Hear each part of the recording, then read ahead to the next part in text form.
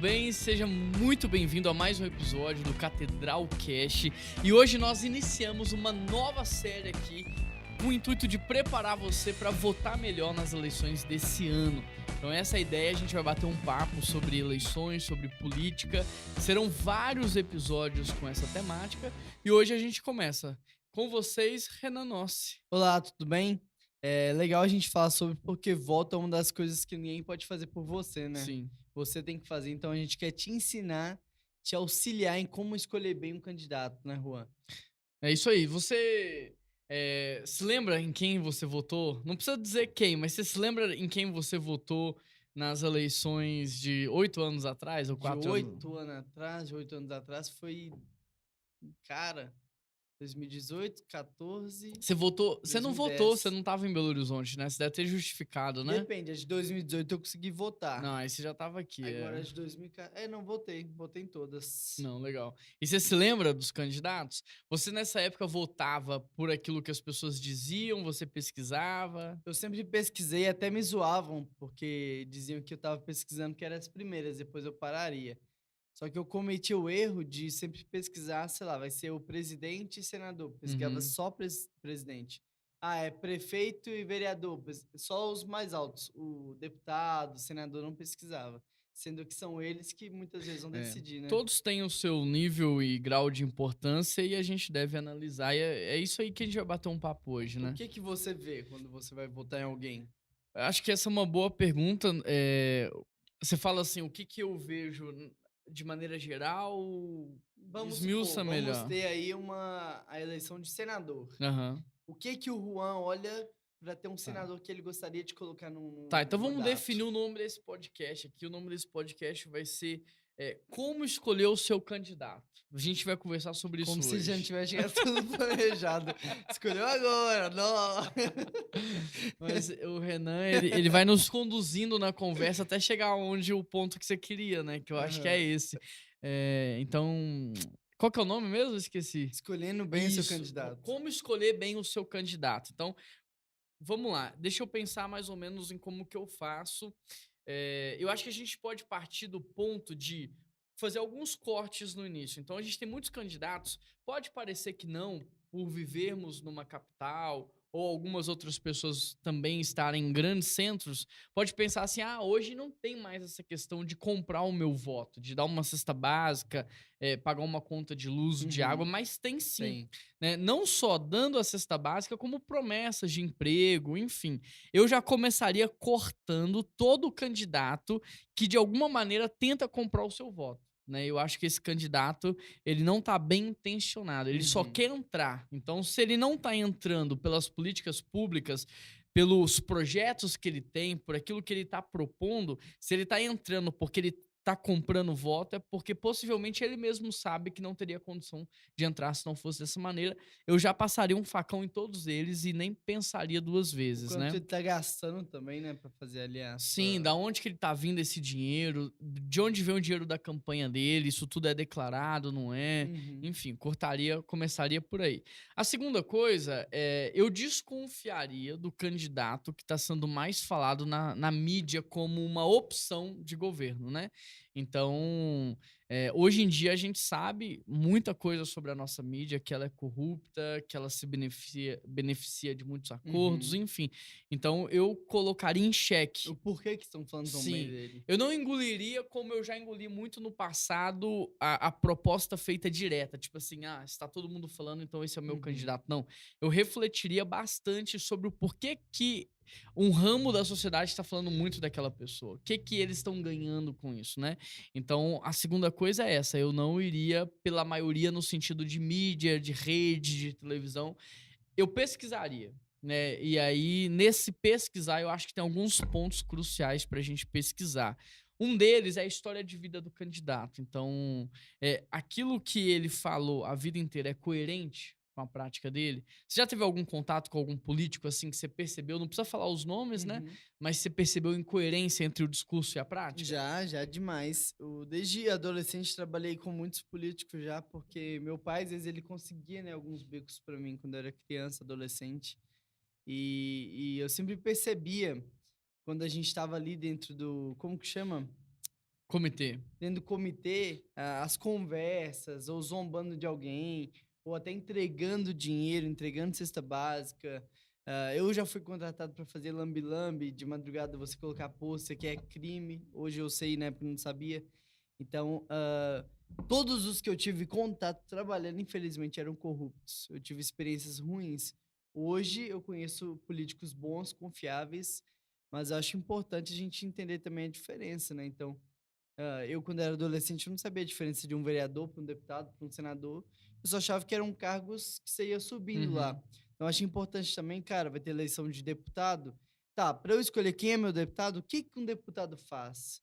O que que eu preciso saber sobre um deputado, Sim. então? Mas eu acho que o que a gente tá falando aqui é até antes de falar do cargo, né? A gente tá falando ainda de um critério que serve para todos os cargos. Então, Um é, filtro, né? é um filtro que serve para prefeito, governador, deputado estadual, federal. Então, sobre quando você vai pesquisar, eu acho que a primeira coisa é essa: se há uma coerência entre aquilo que o cara fala e aquilo que o cara vive, né? Então, por que que eu te perguntei? Porque como você já trabalhou, você já deve ter visto que muitas vezes o discurso é um, mas a prática é outra. Então, o discurso é sobre família, mas você vê o cara traindo a esposa ou Uhum. tratando mal, enfim. Então, essa Aqueles. incoerência. Você tem os 3 Cs para contratar, né? Você Uhum. acha que valeria aplicar esses 3 Cs em um político? Sim, respeitando as devidas proporções, porque na contratação a gente é muito intencional em proporcionar relação, para que na relação a gente perceba se tem caráter, combinação e competência. No caso do político, muitas pessoas não vão conseguir desfrutar de uma relação De uma combinação. para checar se existe de fato a combinação, por Uhum. exemplo, né.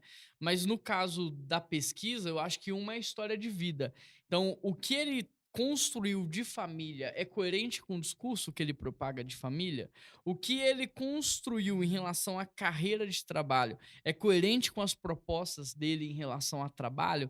Então a gente precisa ver isso, se não há uma dicotomia entre o que eu falo e o que eu pratico, se é uma É coerência. um cara que não tem uma família para gerir, um cara que não buscou fazer cursos, um cara que não gere nada, dificilmente ele vai gerir bem os bens públicos, né? Vai gerir bem a cidade.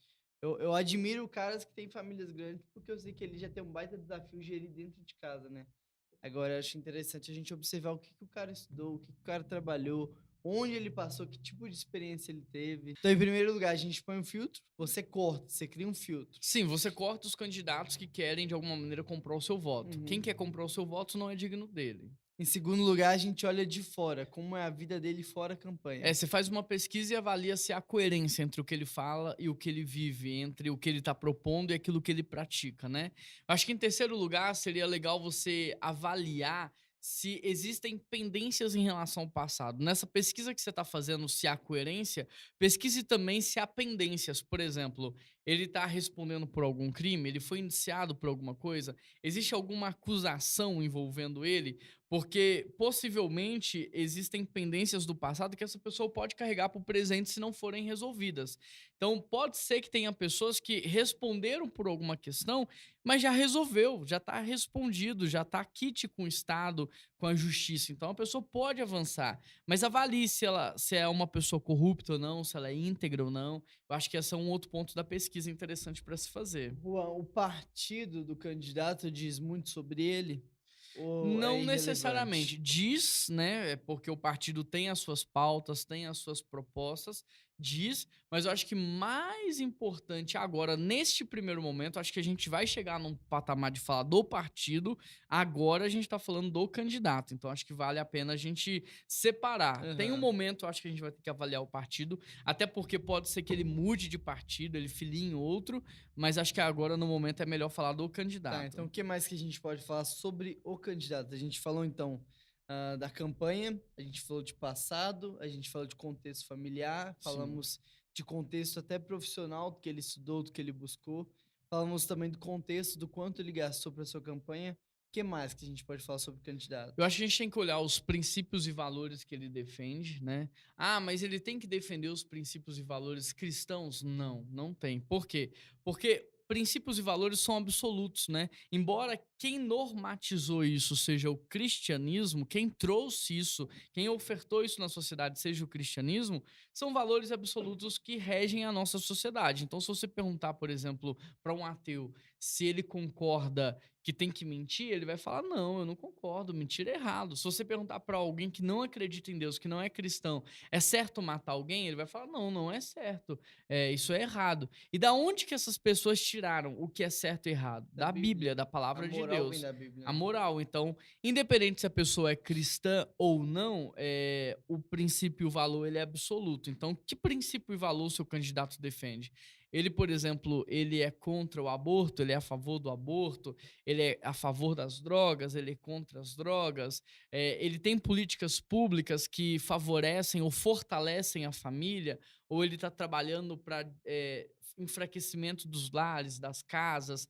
O que ele pensa em relação, por exemplo, a pequenos furtos e delitos? Ele acha que isso é normal, que isso é o trabalho da pessoa, ou ele acha que é errado? Então, analisar também a questão dos princípios, né? Uhum. Então, vamos lá. Primeiro, é alguém que compra o seu voto? Se alguém que está tentando comprar você, ele não é digno do seu voto. Segundo, a vida dele é coerente com aquilo que ele fala? A prática é coerente com o discurso? Terceiro, existe alguma pendência do passado? Crime, desvio de dinheiro, algum indício, alguma acusação? Quarto, quais são os princípios e valores? E nisso eu vou passando os candidatos nesse filtro, mas não para por aí. Eu até anotei aqui, por exemplo, muitos candidatos falam muito sobre a questão da economia, falam da corrupção, mas poucos falam da família. O que Uhum. que o seu candidato em específico ele pensa em relação à família?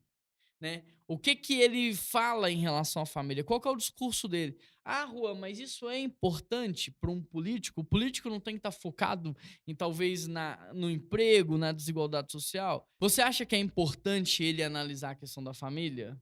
Com certeza, porque se eu tô colocando ele lá para me representar, tudo que ele pensa sobre família vai ser o que eu penso. Então, não necessariamente ele tem que defender os valores cristãos, mas o mínimo ele tem que defender o que eu penso sobre família. Família é a base da sociedade. É onde Então, tudo começa, né? se o seu candidato fala de família, é um bom sinal. A questão é o que ele fala, porque família é a base da sociedade. Família forte, cidade forte. Família fraca, cidade fraca. Família forte diminui desigualdade social, violência doméstica e urbana, as fragilidades que levam o indivíduo a consumir drogas. Família forte não tem racismo. Família forte não tem preconceito. Família forte, você resolve os problemas da cidade. Em contrapartida, se a família for fraca, desunida, quebrada, disfuncional, quais são os males que isso gera para a sociedade? É o ruim é que hoje a gente não tem, talvez a grande maioria defendendo uma família funcional. Talvez a grande maioria hoje defenda uma família disfuncional, como se fosse padrão, como se a gente tivesse que aceitar.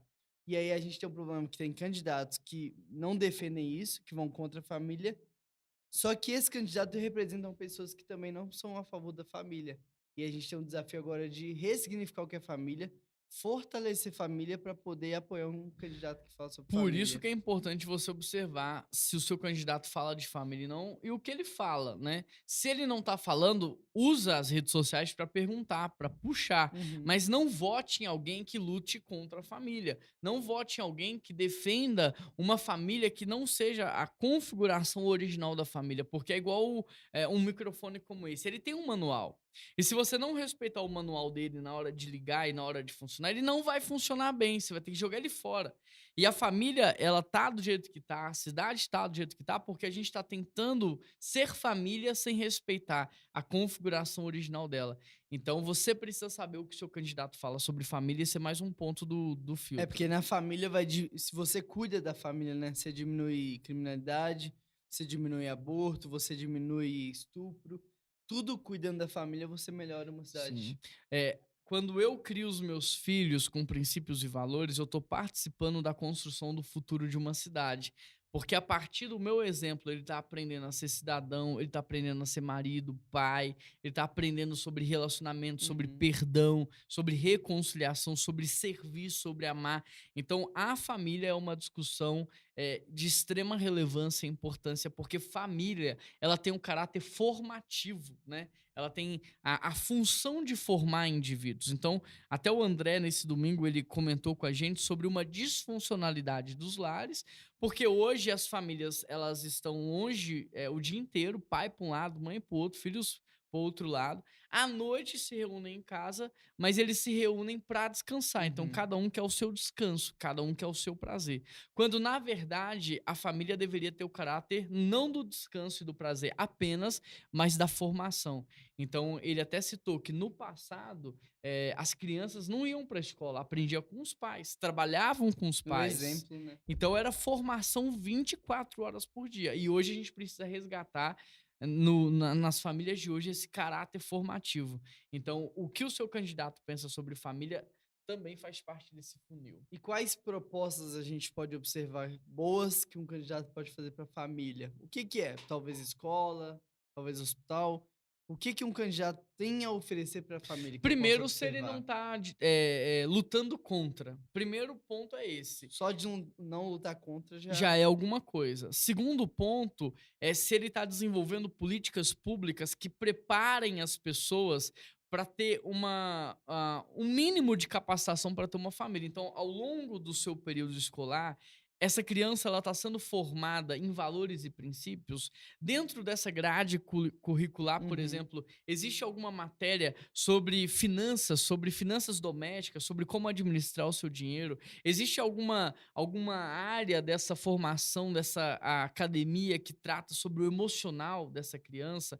Outras questões, quando o cara vai casar, o Estado oferece algum curso preparatório? Porque o Estado, por exemplo, ele regulamentou que se você quer tirar habilitação, se você quer dirigir, você tem que ter carteira. E para ter carteira, você tem que fazer um curso, você tem que fazer Uhum. uma prova, você tem que passar num teste psicológico, Vários né? testes, né? Então eu acho que o Estado poderia, de alguma maneira, não inibir, mas capacitar as Uhum. pessoas para entrar no casamento mais preparadas.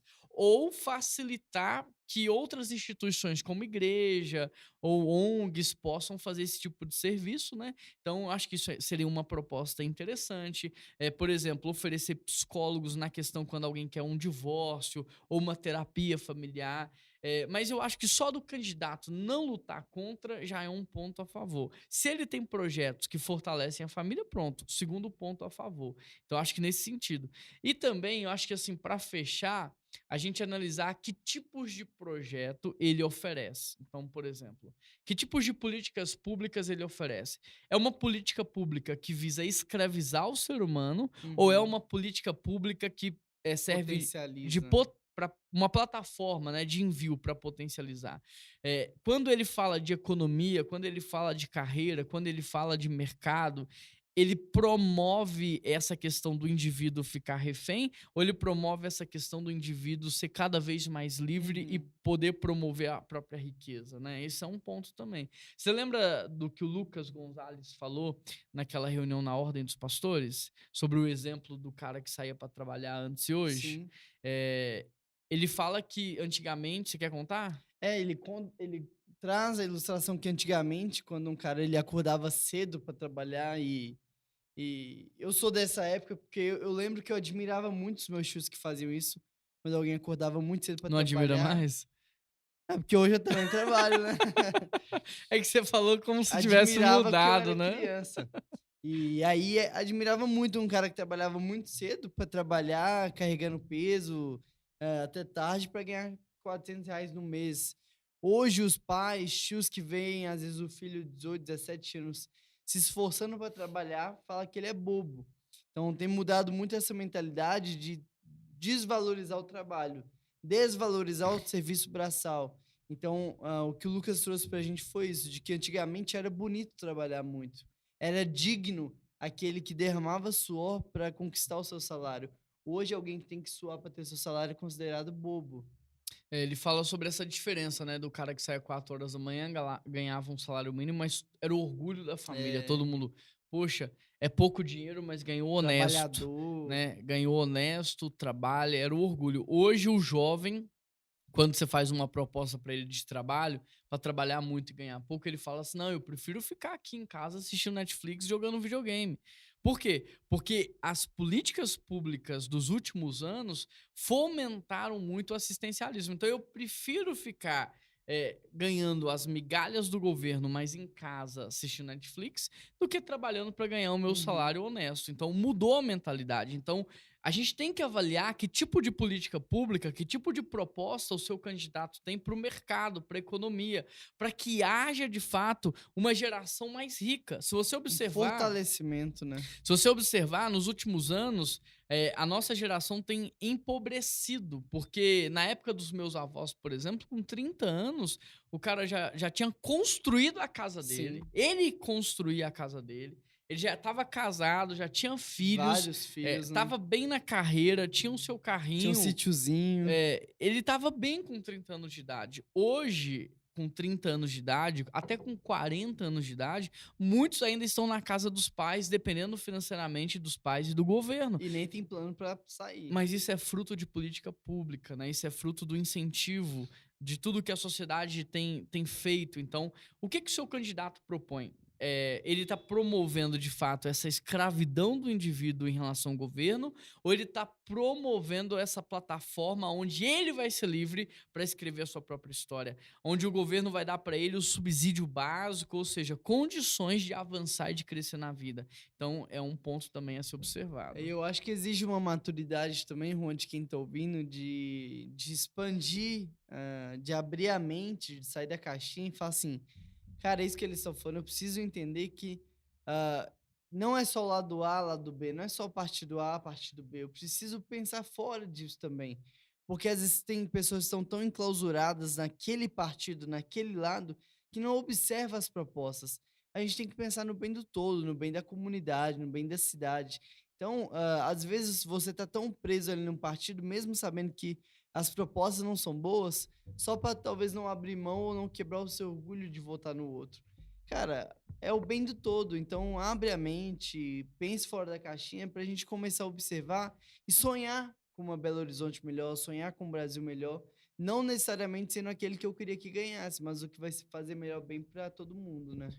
O Renan tá falando de idolatria política, né? A Aham. gente não pode colocar as pessoas talvez acima daquilo que a gente entende como critérios de importância, né? E muitas vezes a gente foi levado pela emoção, pelo o poder do carisma do Sim. candidato e a gente nunca fez uma análise de fato. Até por não saber fazer, mas às vezes por preguiça mesmo. Então, aqui a gente está propondo um filtro para você, aonde você vai, primeiro, já eliminar os candidatos que tentaram comprar o seu voto. Segundo, você vai observar a coerência de vida dele entre aquilo que ele fala e aquilo que ele pratica. Se aquilo que ele diz hoje é algo que ele viveu e praticou ao longo da sua vida. Terceiro, seus valores e princípios são coerentes com a Bíblia, com a palavra de Deus. E aqui a gente não está falando de religiosidade, mas está falando de valores e princípios que são absolutos, que são normativos para que haja uma harmonia na sociedade. Terceiro, o que o seu candidato fala em relação à família? Ele luta contra, ele luta a favor, ele favorece a família, ele tem, de fato, projetos para fortalecimento da família. Quarto, o seu candidato ele está trabalhando com projetos de lei, com projetos que visam escravizar ainda mais a sociedade ou de devolver o protagonismo da vida, a dignidade. Então eu acho que você deveria escrever isso no seu papel Uhum.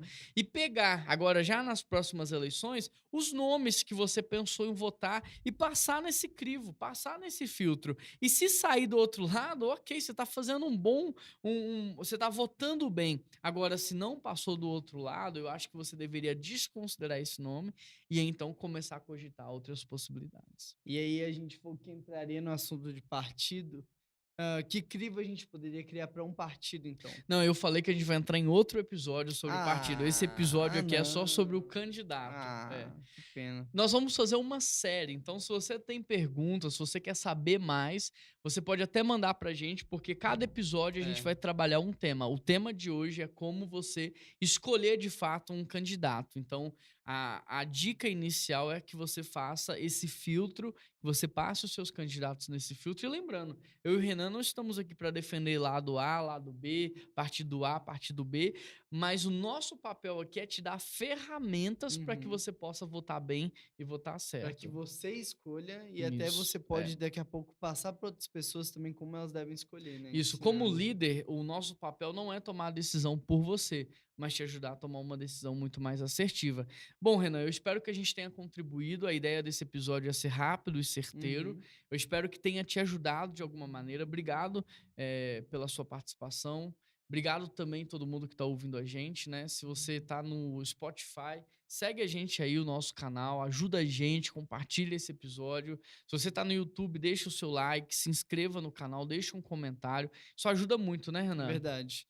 Quando você curte, comenta, compartilha, as plataformas entendem que o conteúdo é relevante e propaga para mais Isso. pessoas. Então é uma forma de você apoiar e incentivar também o nosso trabalho. E nesse período de política, talvez você fique pensando, eu queria ajudar, né? Eu queria contribuir, só que às vezes eu não sei falar, eu não sei fazer.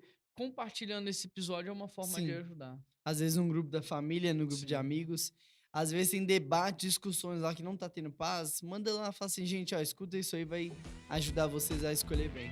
Obrigado pela sua participação. Tamo junto. Tá saindo de férias hoje, né? Graças a Deus, espero voltar. Eu não sei. Eu acho que quem sai de férias aqui não gosta do trabalho. Meu lugar vai estar aqui. Deixando as brincadeiras de lado, Deus abençoe, boas Amém. férias. Quando você voltar, tem muito mais. Pessoal, obrigado pela participação de vocês. Deus, gente. Que Deus abençoe e até a próxima. Tchau, tchau. Tchau.